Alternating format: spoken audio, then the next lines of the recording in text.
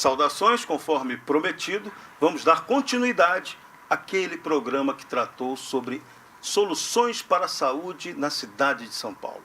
Fizemos uma primeira abordagem e agora vamos retomar com as conclusões exatas do que necessariamente precisa ser feito para melhorar a saúde dentro do nosso programa Vamos Devolver São Paulo ao Povo de São Paulo.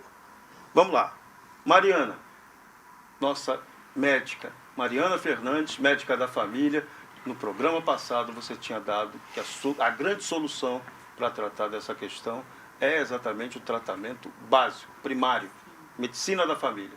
É isso? É esse realmente o caminho? Sim, Sérgio, eu acredito que a atenção primária e a prevenção de doença é um caminho resolutivo e barato para a gente ter uma melhora no sistema de saúde por completo. Né? Então, a gente dá um cuidado, uma atenção maior, uma estrutura melhor para a atenção primária, vai ajudar muitos outros setores secundários, a serviço especializado e o terciário, o serviço hospitalar, a funcionarem melhor. Eu acredito que é uma parte que a gente deva dar uma atenção especial. Muito bem. Dr. Fábio Kroschek, você que é especialista em urologia, mas também em gestão da saúde. E parece, pelo que tudo que nós conversamos, tudo que a gente vê até agora, o grande problema da saúde é a gestão. Então, o que precisa ser feito para melhorar essa gestão? Como é que se qualifica essa gestão na área de saúde?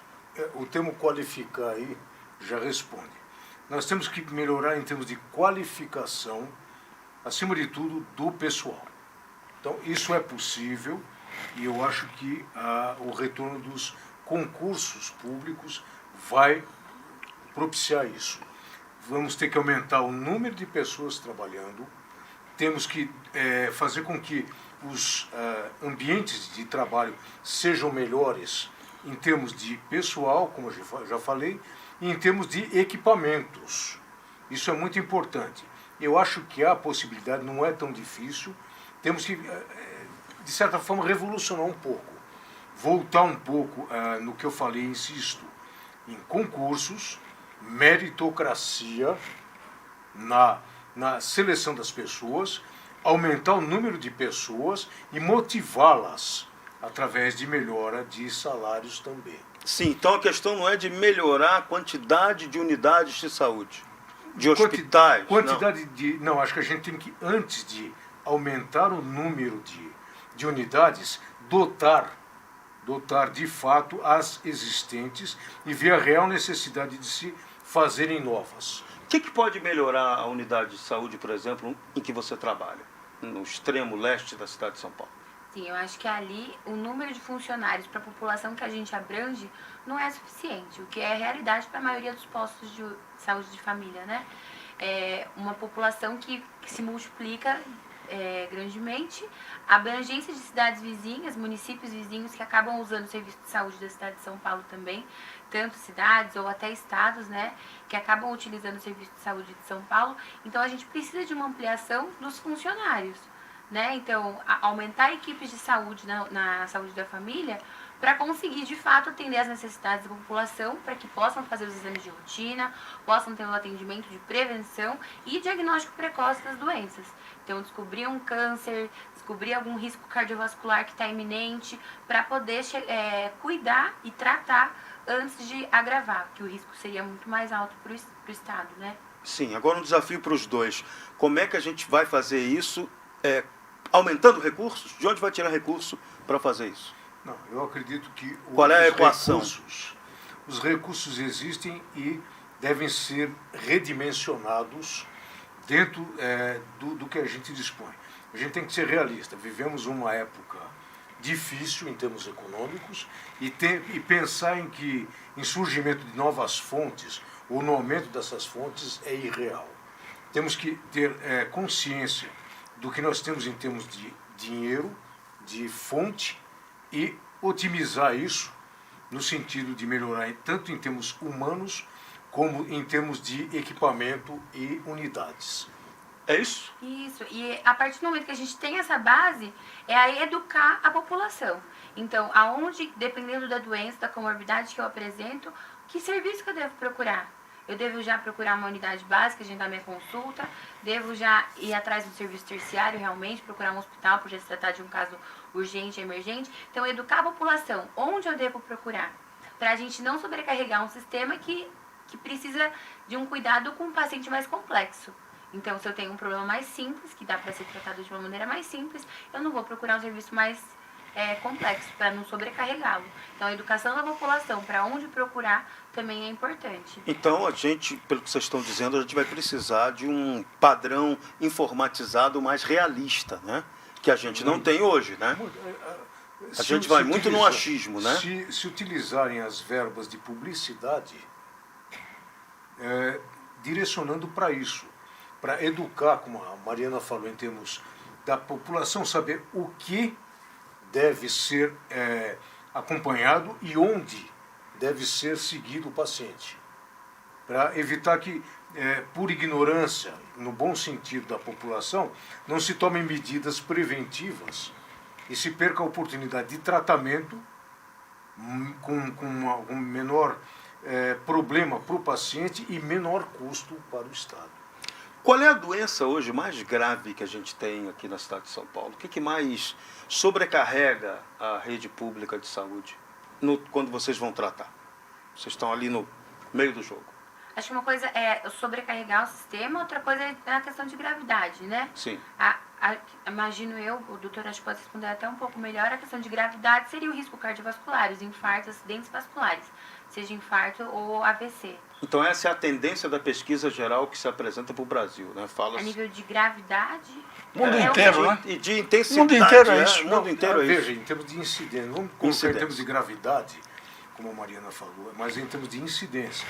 Os fenômenos cardiovasculares, como chamam, eventos cardiovasculares, então quer sejam a insuficiência coronariana, os infartos, os acidentes vasculoencefálicos, os AVCs, né, os AVs, são os que têm maior incidência. Mas vamos lembrar de uma coisa importante. Nós temos um número de traumatismos, a gente está falando só de prevenção. Teria que ser um pouco mais amplo isso. Sim. Nós temos, o Brasil tem um número de acidentes de trânsito bárbaro. São Paulo demais, porque tem muita moto circulando, sim, né? Tem que se repensar isso. Eu tenho moto e digo, o que acontece hoje em termos de motoboy, de motociclista, é terrível, porque não o próprio código teria que ser repensado. Não, mas eles dependem disso. Não dependem. A expectativa de vida hoje de um motoboy é muito pequena. Não só expectativa profissional, como expectativa de vida. O pessoal acha muito... não, resolve para você agora. Mas o número de tetraplégicos, paraplégicos e mortos é muito grande. A pilotagem dos caras é de tentativa de suicídio. Bom, mas isso falta fiscalização. Eu não sei se é verdadeiro, né? Eu, como pré-candidato de São Paulo a prefeito, né, eu tenho ouvido dizer que na ortopedia dos hospitais 70% é motoboy, motociclista irresponsável. Não sou irresponsável, não vamos colocar toda a culpa.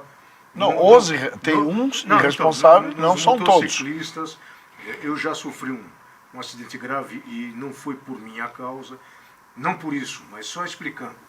Mais ou menos 70% das internações, como na Santa Casa, no Hospital das Clínicas, estão em torno de 70% por acidentes com motoboy, às vezes com sequelas definitivas. Então educação de trânsito. Sim, mas o que falta? E fiscalização. O que falta é fiscalização.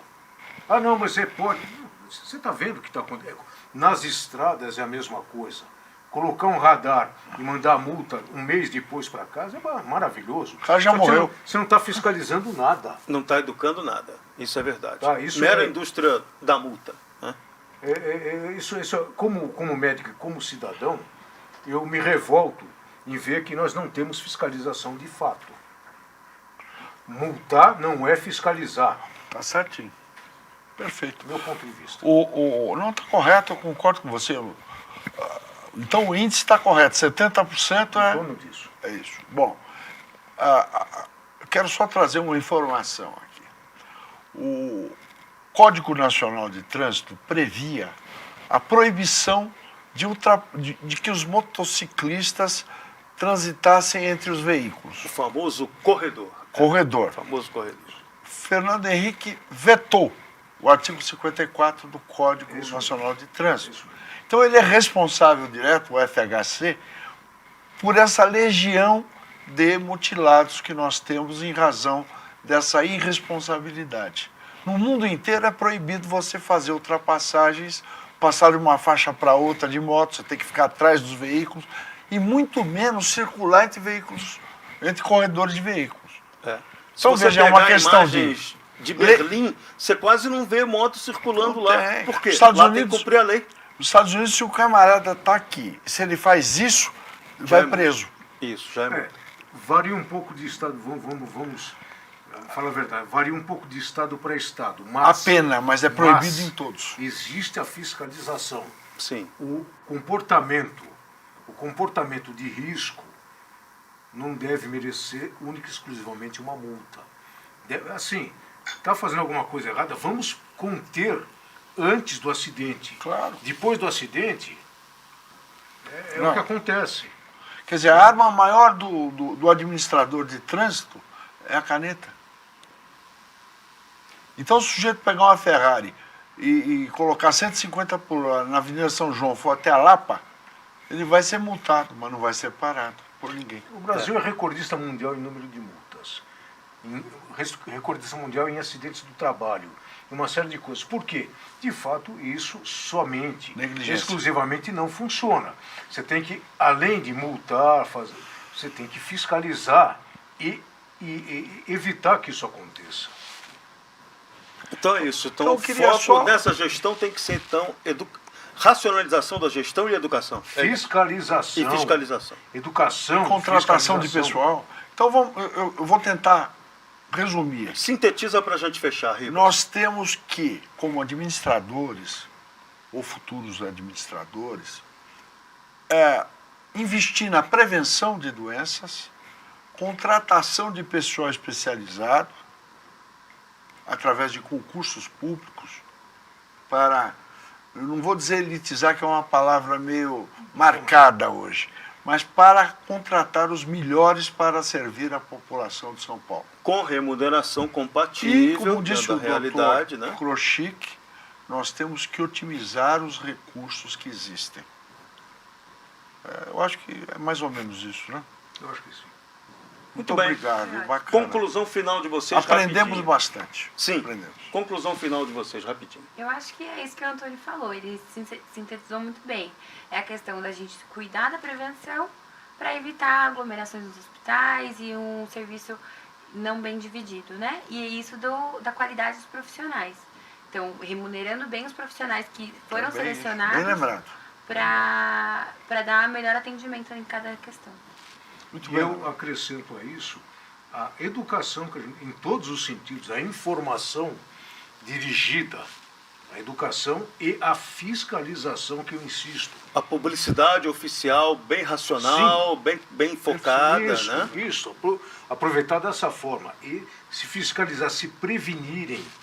Assim como a gente falou em medicina preventiva na UBS, né, na medicina da família, vamos fazer com que a gente diminua a violência, não só do trânsito, mas violência em geral, através da fiscalização, da proteção do indivíduo através do Estado.